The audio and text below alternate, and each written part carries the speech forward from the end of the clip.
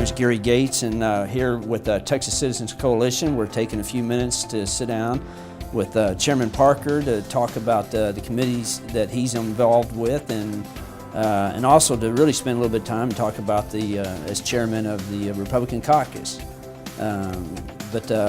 Chairman, let's see, this is your 5th session now? It is, hard to believe. I don't know where the time has gone, but yes, my 9th year down here having the privilege of representing Denton County. Yes, sir. Now, when were you elected for that? That's during the start of this session? Is that when that? Yes, sir. So literally the second day of the session, the Republican caucus got together, and I was very honored to have been selected by my peers to have the opportunity to be in this position, in this capacity, to help serve the members. And I really, if I can give you an analogy about what I do, I really kind of think about being a pilot of an airplane, and I've got 98 members, and we're taking off here at the beginning of the 84th, and I want to land everybody safely, plus grow some, before we enter the 85th. And so the caucus provides all kinds of different services and functions to assist our members and to make certain that the major conservative Republican items that are critical to all of us in Texas are accomplished. And what got you involved in politics? Well, you know, as a young person, it's kind of funny. I was just looking over the weekend. I have a picture in our family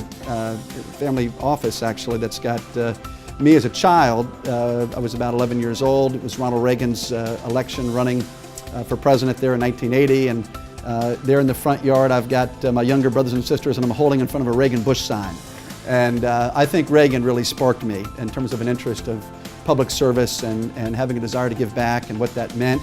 And just a real passion for me as a result of that incredible excitement that really President Reagan invoked in me in terms of the importance of public service and giving back. It certainly looks like the legislature this session is really going to Texas is making a commitment in what it can on the border security. No question, no question. I mean, it is a top issue for us. People are very concerned.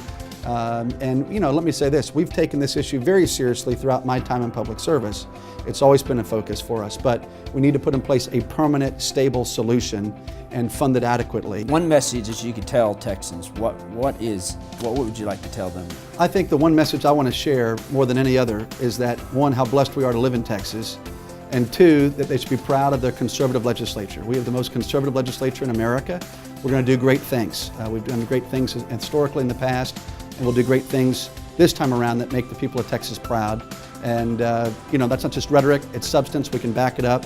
When you look at the things that we've done over the years, if you think about passing voter ID, when you think about the fact that we've passed conservative budgets, when you think of the fact that we've been the most pro-life state in America and passing sweeping reforms in those areas, when we passed tort reform in years past, these are all major accomplishments that the Republican legislature has provided. Passed, and it will do so again here in the present day as well. So that'd be my biggest message, is that we've got a great conservative legislature in Texas, and we're going to continue to do great things.